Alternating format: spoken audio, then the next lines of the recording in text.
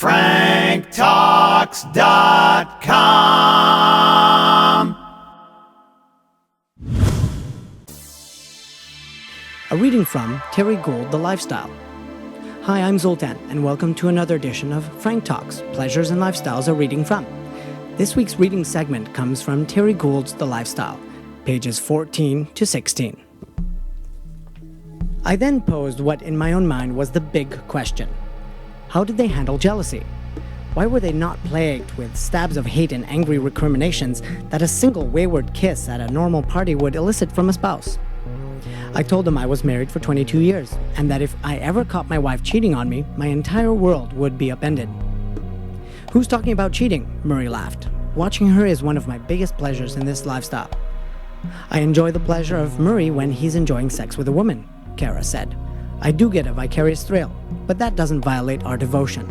And Murray knows that my pleasure with someone, be it a man or a woman, doesn't lessen my devotion to him. Again and again, I would hear that refrain in the ballroom. In the lifestyle, they all said, veteran play couples become connoisseurs at transforming their own spouse into an alluring fantasy figure. Once they learned that the relationship was not threatened by commarital sex acts that very rarely became extramarital affairs, a husband or wife found observing their partner with another was an enormous aphrodisiac. And they often watched each other with their eyes locked in love. After parties, they had sex as if they'd just met. You see, Ellie said, straight people, they cheat on each other all the time.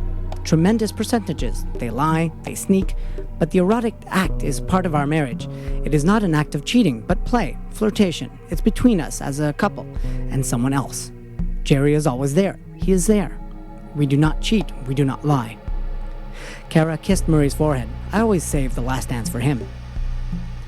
None of this is to say that after expanding my circle of acquaintances and new friends, new faces, I did not encounter marriages that had rearranged themselves in the club, that people were not hurt, or that I didn't learn of swinging dropouts. I tracked down one such exile from the subculture, a Vancouver professional who told me that he regretted the day he introduced his common-law wife to the erotic exchanges at Jim and Linda's. He said they were not part of any depressing anonymous look-for-a-space and jump-in crowd. They had in fact set up a series of sensitive, lasting friendships with intellectual couples in which several dinner dates or camping trips would go by without sex. The difference, of course, was that if sex did come up, it was not forbidden. He and his partner had an understanding whereby they shared the excitement as part of our relationship. But after a year of pick and choose, fun at the club, his woman experienced a flaming session with the mythical man of her dreams and was lost to him for good. It was a devastating shock, he told me, pointing out that he had somehow deluded himself regarding the possibility of an unexpected, heartfelt detonation occurring during sex. It would be wrong to say that this is not a charged and dangerous atmosphere to become involved in. I'd hate to see you advocating it. Not long after, he offered me this warning. However, he was back on the margins of the lifestyle, attending parties on special occasions, and not long after that, I learned that his former common-law wife had dumped her swinging lover and then taken up with a straight, married man. And that was an excerpt of Terry Gould, The Lifestyle. If you would like to read more about this, consult Terry Gould, The Lifestyle. This was Zoltan for Frank Talks, Pleasures and Lifestyles, a reading from segment. If you have a suggestion of any literature you'd like us to review dealing with pleasures and lifestyles, please let us know now. Send an email to frank@franktalks.com. That's frank@franktalks.com, or visit our website at www.franktalks.com.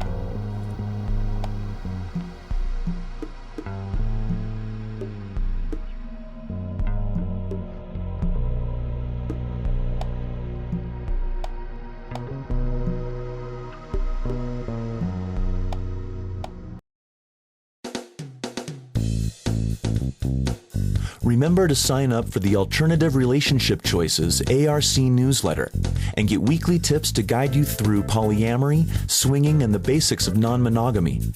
We can help you find your ARC, your alternative relationship choice. Sign up at franktalks.com now.